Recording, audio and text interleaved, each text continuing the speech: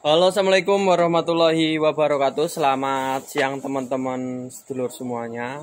Pada kesempatan kali ini saya berada di Girly Farm, tempatnya Mas Adi Latif Masudi. Tempat menyambut teman-teman untuk kesini, istirahat dulu di sini. Kita lanjut langsung di Muma House. Lanjut aja, kita langsung ke situ. Kita lihat-lihat buahnya, melonnya jenis apa aja, dan kita nanya sama Mas Yudi langsung. Oke, langsung aja. Let's go. Nah, di tempat rumahnya Mas Yudi ini ada ayam, guys. Ayam apa ya? Ayam kampung. Ayam kampung. Kita mau ke warehouse, tempat nanam melon jenis apa aja, ada lavender, ada apa ya guys, saya kurang tahu juga. Mari kita masuk ke dalam, cekidot. Nah, kita lanjut guys ke warehouse yang masuk ini terbuat dari apa ya, kayak jaring-jaring gitu, jaring-jaring. Warehouse, kita masuk warehouse ini. Nah, kita lanjut masuk guys. Assalamualaikum. Lihat. Mboten apa-apa, Pon. Wong niki mboten betah kok sandal. Mboten usah, Bu.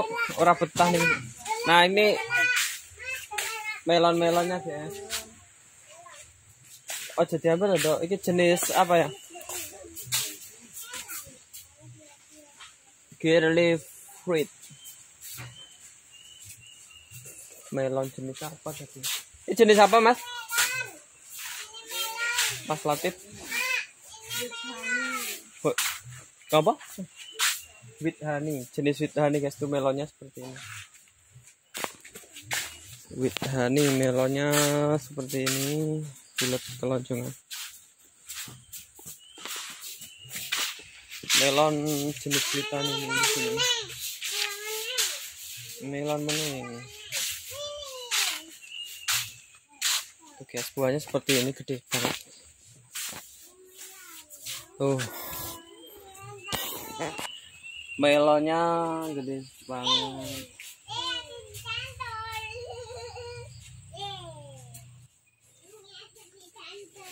Nah, itu samping Mas Latif. Mas Yudi. Manggilnya apa, Mas? Adi boleh. Mas Adi ya? Banyak Mas Adi. Oh, Mas Adi. Kita langsung sama ininya. Yang punya, guys. Jenis melon apa, Mas Yudi? Mas Yudi? Ini jenis melon sweet honey. Sweet honey. Ya. Alamatnya di mana nih? Ini ada di Desa Sumberjo, Kecamatan Japa, Kabupaten Blora. Tempatnya sebelah utaranya KPH Sumberjo. KPH Sumberjo ya. Ini Perhutani Sumberjo. melon jenis sweet honey-nya masih ya, Mas? Ini hari keempat ya. Kita targetkan 5 hari, tapi ini hari keempat sudah habis. Ini paling sisa tinggal kurang dari 52. Oh, tinggal kurang 52. Ini terakhir guys. Jadi ntar mau ada datang lagi ya, Mas ya. Ya, ini ada beberapa tamu yang perjalanan. Ini jenis-jenis melon with honey, ciri-ciri yang ini gimana, Mas? Yang bagus yang apa itu? Sweet honey. Dia itu sebenarnya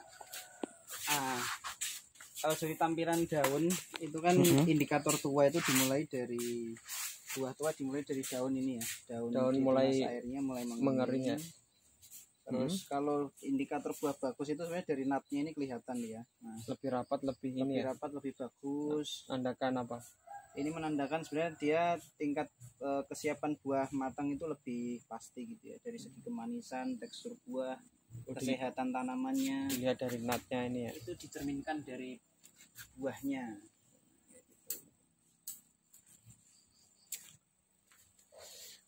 Ini guys, melon with sweet honey. Ya, itu. Motivasinya gimana, Mas, buat putra putri Blora khususnya? Blora itu selalu masuk kategori kabupaten tertinggal ya di Jawa Tengah.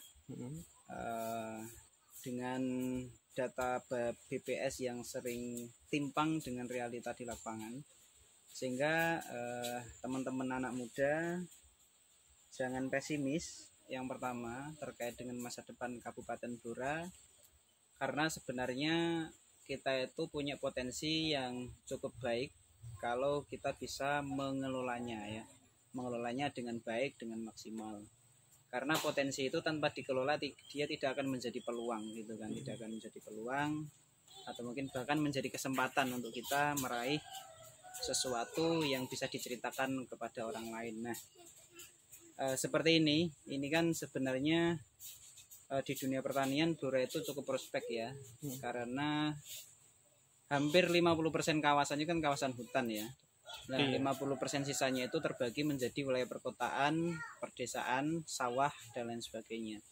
Sehingga ini menjadi indikator bahwa Blora itu cukup memungkinkan untuk kita bergerak dalam dunia pertanian, peternakan, ataupun perikanan. Memang ada terkendala di air ya, akan tapi itu bukan menjadi suatu penghalang utama. Nah, itu nanti dengan beberapa inovasi dan tentu keuletan dan ikhtiar kita untuk mencari solusi, saya rasa kalau itu sudah bisa teratasi, bisa menjadi harapan lah untuk kemajuan masyarakat Kabupaten Blora khususnya. Terutama sistem kayak gini kan ini menjadi opsi ya untuk bagaimana bisa memanfaatkan teknologi, memanfaatkan sistem sehingga tercipta suatu pola budidaya yang efisien, efektif dalam penggunaan atau penggunaan sumber daya, katakanlah konsumsi air, tenaga kerja, dan sebagainya. Mungkin itu ya. Kalau ngatasi air, masalah air tadi ya, kalau musim kemarau kan Blora sini kering ya, gimana itu? Ya, nah itu memang masih menjadi problem ya. Tapi belakangan ini kan kita melihat ada beberapa progres pembangunan bendungan. Nah itu nanti diharapkan tentu bisa menjadi pemantik lah munculnya sumber-sumber mata air yang baru.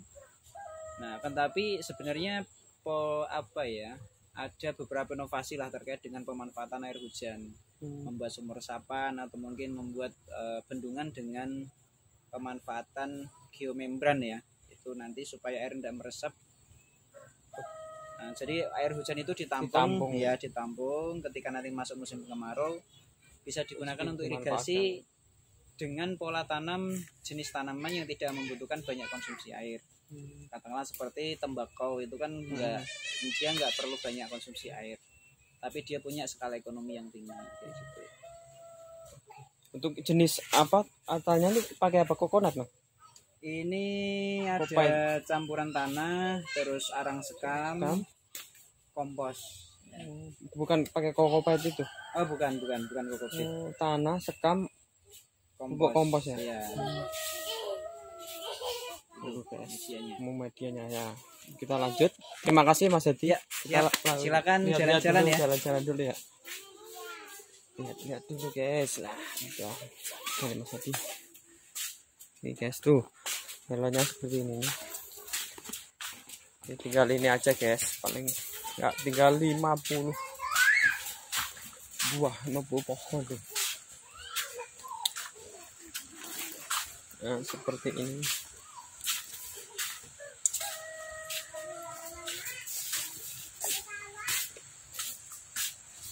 Kita lanjut aja Mbak, kita metik melon yuk, nyari melon yang bagus.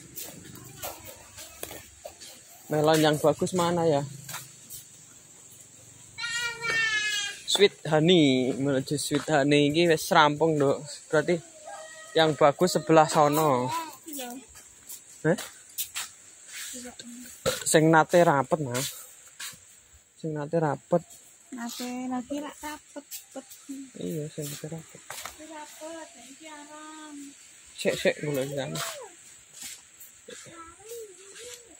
Nah, nyari honey yang rapet.